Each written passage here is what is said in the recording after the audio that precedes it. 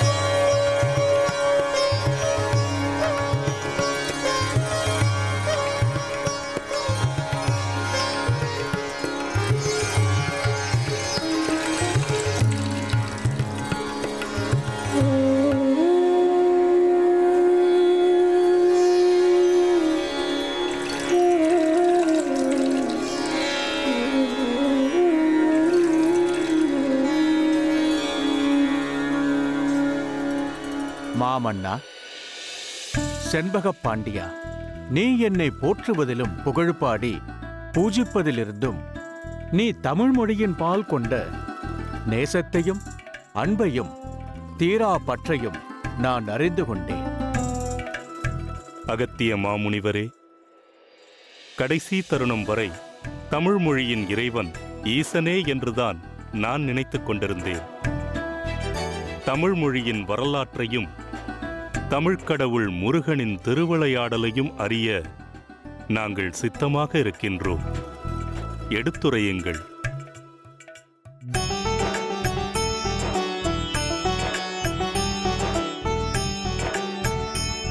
நக்கீரரே, தமிழ் மொழியின் வரலாற்றை தமிழர்கள் நலம் கருதி கேட்கின்றேன். சிவபார்வதியின் திருமணத்தின் போது தேவர்கள் யாவரும் கைலாயத்தில் கூடிவிட்டனர். இதனால் அகிலத்தின் பாரம் முழுவதும் கைலாயத்தின் பக்கம் சாய்ந்து விட்டது. அதை சமன் செய்ய என்னை தென்னாட்டிற்கு அனுப்பி வைத்தார் சிவபெருமான். அப்போது தென்னாட்டு மக்களோடு கலந்து பழகும் வாய்ப்பு எனக்கு கிட்டியது.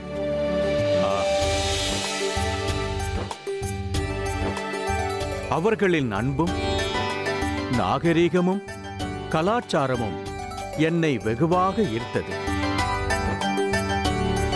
ஆனால் அப்போது அவர்கள் கொண்டாடவும் தகவல்களை பகிரவும் தனியொரு சிறப்பு மொழி இல்லாமல் இருந்தது. அப்போது தென்னாட்டு மக்களுக்காக ஈடு இணையற்ற தமிழ் மொழியை படைக்க முருகனை நான் வேண்டினேன்.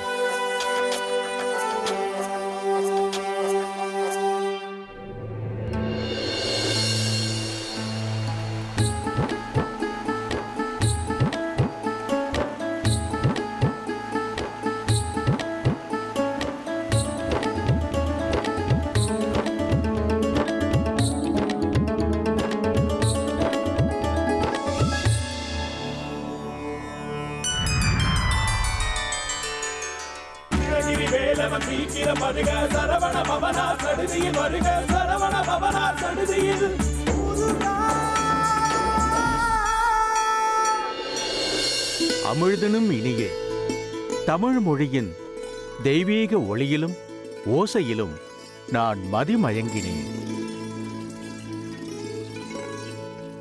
நான் நினைத்த போதெல்லாம் ஈசனை தரிசிக்கும் வரத்தை பெற்ற நான் ஈசனை சந்தித்தேன்.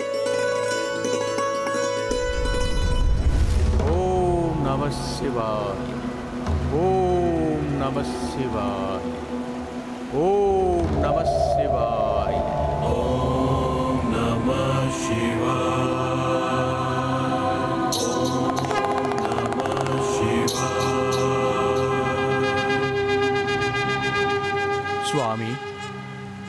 அமிழ்தனும் இனிய மொழி தமிழ்மொழி.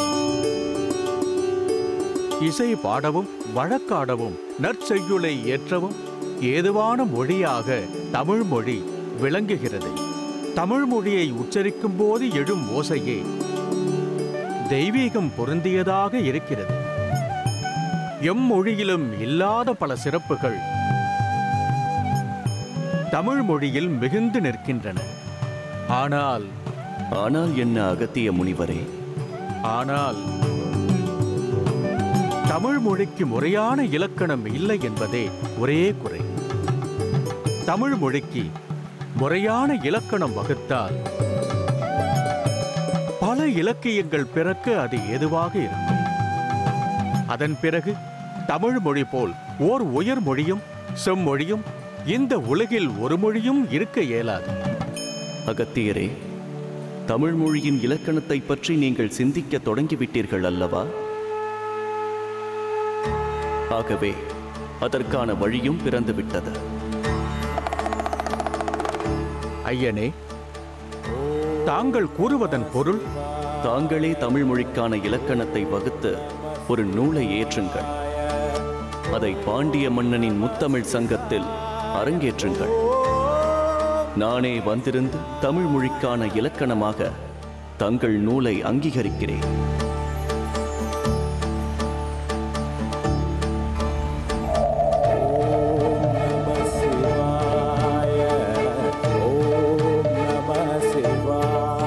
அதன் பிறகு நான் தமிழ்நாட்டில் தங்கியிருந்து தமிழ் இலக்கணம் படைத்தேன்.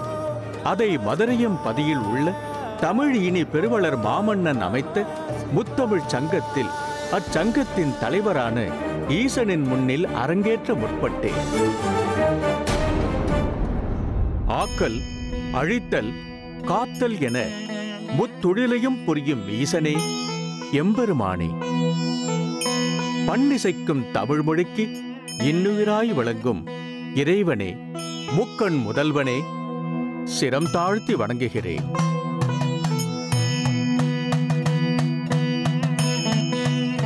இயல், இசை, நாடகம் என்னும் முத்தமிழ் சங்கம் வளர்க்கும் தமிழ் இனி பெருவளர் பாண்டிய மாமன்னா, உன் தமிழ் தொண்டிற்கு இந்த அகத்திய முனிவன் தலை வணங்குகிறேன். அகத்திய மாமுனியே, இது தமிழினி பெருவளர் பாண்டியனின் அரசவை அன்று. எம்பெருமான் ஈசனின் தலைமையில் கூடியிருக்கும் தமிழ் பெரும் சபை. இங்கு அரசரும் அவரே, தலைவரும் அவரே. ஆகவே வணக்கமும் பணிதலும் அவருக்கு உரியதே. அவரே இந்த அவையை நடத்தித் தருவார். அகந்தையை அழித்து ஆணவ செருக்கினை ஒழித்து பண்பே உருவாக உயர்ந்தோங்கி நிற்கும் தமிழினி பெருவளர் பாண்டிய மாமன்னா, முத்தொழிலை நான் காத்தாலும் முத்தமிழை சங்கம் வைத்து காப்பது நீயே. இங்கு எவரும் என்னை இறைவனாக கருத வேண்டாம். பாண்டிய மன்னா, இன்று உன் குடிமக்களில் நானும் ஒருவனே. இங்கு கூடியிருக்கும் புலவர் பெருமக்களில் அடியேனும் ஒரு புலவனே.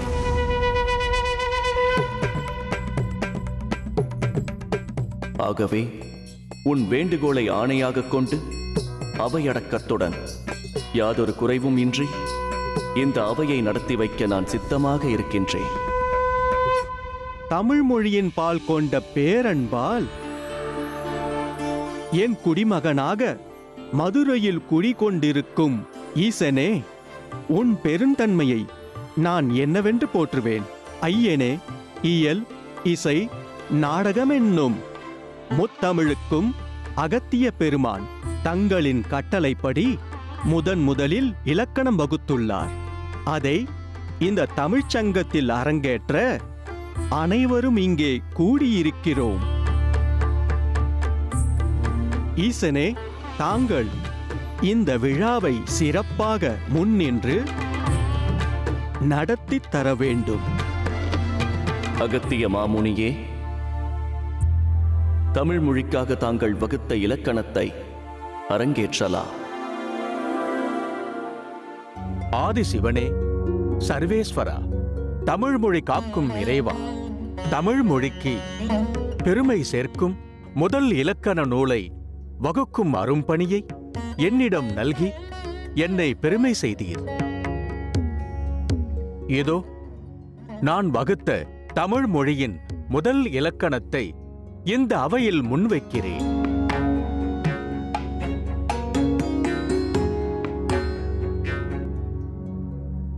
அகத்திய முனிவரே,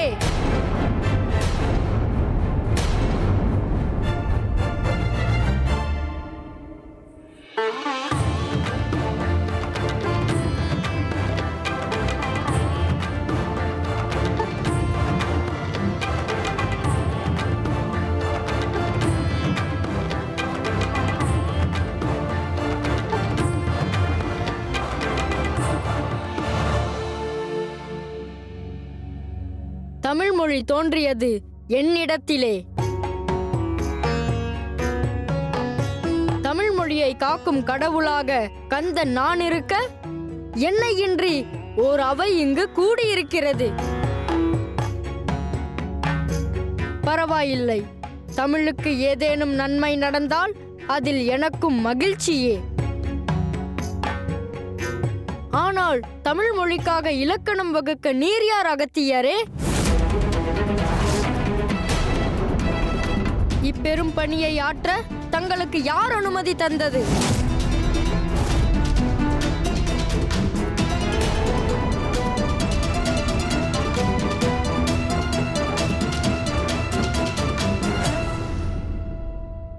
முருகப்பெருமானே, நான் ஈசனின் திருத்தொண்டன் என்பதை நீயும் அறிவாய்.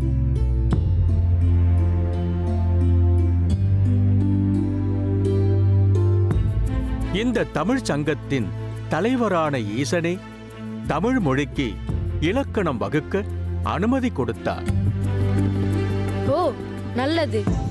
ஆனால் தமிழ் மொழிக்கு இலக்கணம் வகுக்க தங்களுக்கு என்ன தகுதி உள்ளது என்பதை நான் அறியலாமா? நான் வகுத்த இலக்கணத்தை இந்த முத்தமிழ் சங்கத்தில் அரங்கேற்றுகிறேன். அப்போது என் தகுதி என்னவென்பதை நீ அறிவாய் முருகா. ஏற்பதற்கில்லை. தாங்கள் தங்களின் தமிழ் இலக்கண நூலை முத்தமிழ் சங்கத்தில் அரங்கேற்றுவதற்கு முன் நான் தங்களின் தமிழ் புலமையை சோதிக்க வேண்டியுள்ளது.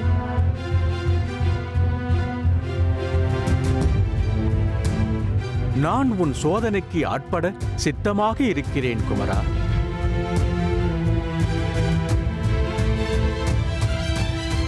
தாங்கள் இந்த தமிழ் இலக்கண நூலை அரங்கேற்றுவதற்கு முன் தங்களின் குருவை வணங்கி ஆசி பெற்றதற்கு பிறகு இந்த அவைக்கு வந்தீர்களா?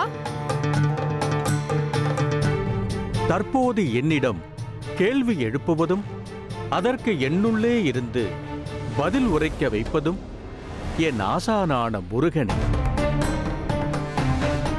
இதை நான் தங்களின் சாமர்த்தியமான சமாளிப்பாக கருதுகிறேன்.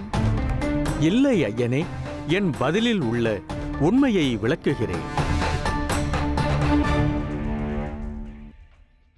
ஈசனே, இப்போது தாங்கள் இருக்கும் இடம் எது? கற்றறிந்த புலவர்கள் இருக்கும் இடம். அந்த புலவர்கள் இருக்கும் இடம் எது? முத்தமிழ் சங்கத்திலே. முத்தமிழ் இருக்கும் இடம் எது? முருகனின் திருவாக்கிலே.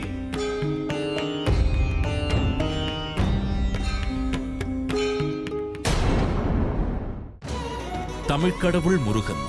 ஒரு சிறிய இடைவேளைக்கு பின் தொடரும்.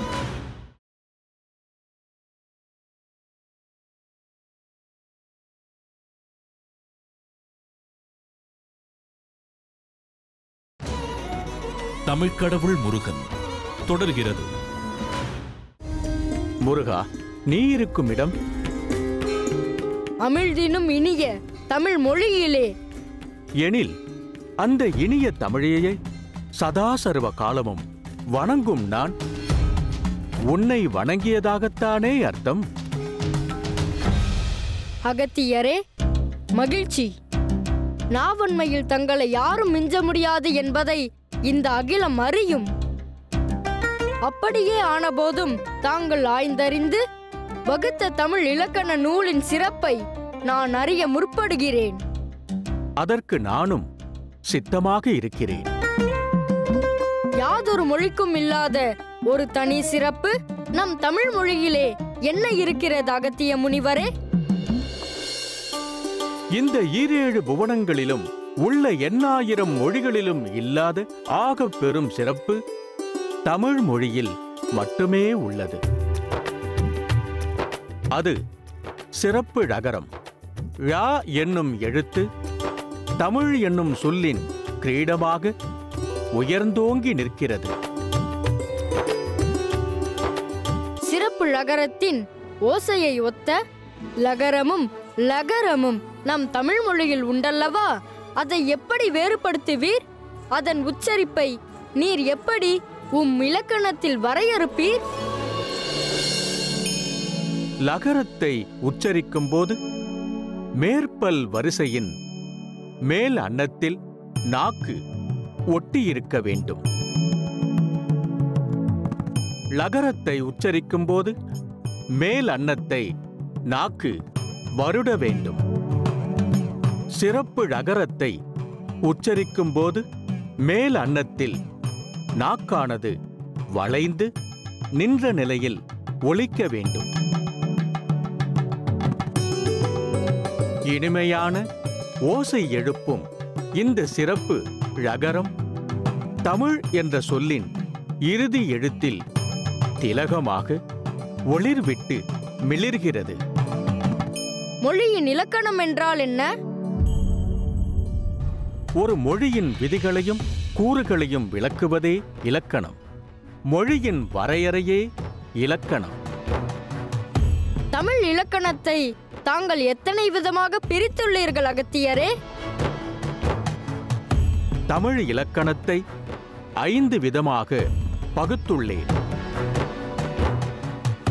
அவை எழுத்து இலக்கணம், சொல் இலக்கணம், பொருள் இலக்கணம், யாப் இலக்கணம், அணி இலக்கணம். ஆகவே தமிழ் இலக்கணம் 5 இலக்கணம் என்றும் அழைக்கப்படும். அந்த 5 இலக்கணத்தை விளக்க இயலுமா? தாராளமாக.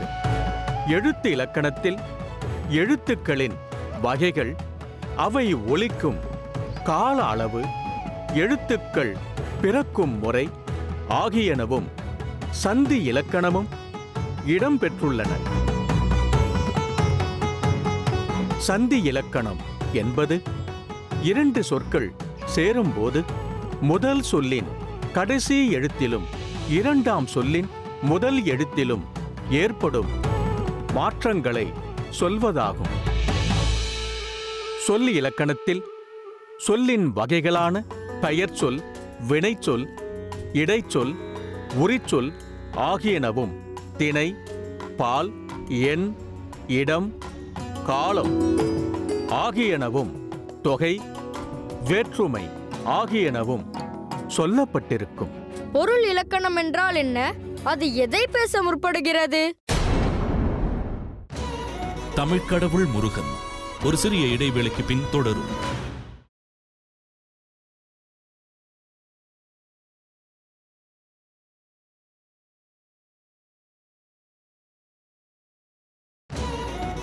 தமிழ் கடவுள் முருகன் தொடர்கிறது. பொருள் இலக்கணம் என்பது உலகில் உள்ள வேறு எந்த மொழிகளிலும் இல்லாத நம்முடைய தமிழ் மொழிக்கே உரிய சிறப்பான இலக்கணமாகும். தமிழ் மொழியில் இனிமேல் இயற்றப்படும் இலக்கியங்களின் பாடு பொருளுக்கு எழுதப்பட்ட இலக்கணமே பொருள் இலக்கணம். இந்த பொருள் இலக்கணம் 2 பெரும் பிரிவைக் கொண்டது. ஓர் ஆணும் ஒரு பெண்ணும் கொள்ளும் காதல் அகப்பொருள் என பகுக்கப்பட்டுள்ளது. போர், வீரம், பித்து நிலை, இரக்கம், நிலையாமை, கொடை, கல்வி முதலியவை புறப்பொருள் எனப்பட்டன. யாப்பிலக்கணம் என்றால் தமிழ் இலக்கியங்கள் பெரும்பாலும் செய்யுளில் ஏற்றப்பட்டவையே. செய்யுள்களின் அமைப்பு, ஓசை, பாக்களின் வகைகள் முதலியவற்றை சொல்வதே யாப்பு இலக்கணமாகும். அணி இலக்கணம் எதை பேசுகிறது? இலக்கியங்களில் அழகுக்காகவும் பொருள் விளங்குவதற்காகவும் உவமைகளை பயன்படுத்துவது புலவர்களின் இயல்பு. அவ்வாறு இடம்பெறும் உவமை, உருவகம் முதலியவற்றுக்கு அணி என்று பெயரிட்டு அவற்றின் இலக்கணத்தை சொல்லுவதே அணி இலக்கணம்.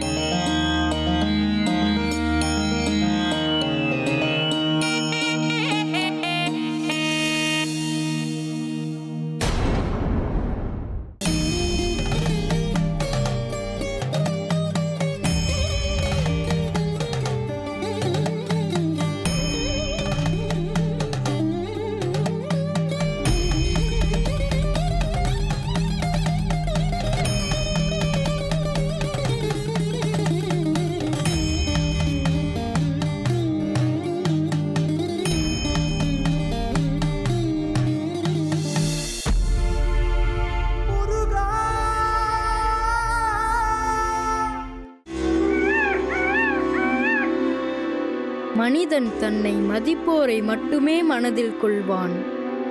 இறைவன் தன்னை துதிப்போர் அனைவரையும் அரவணைப்பான்.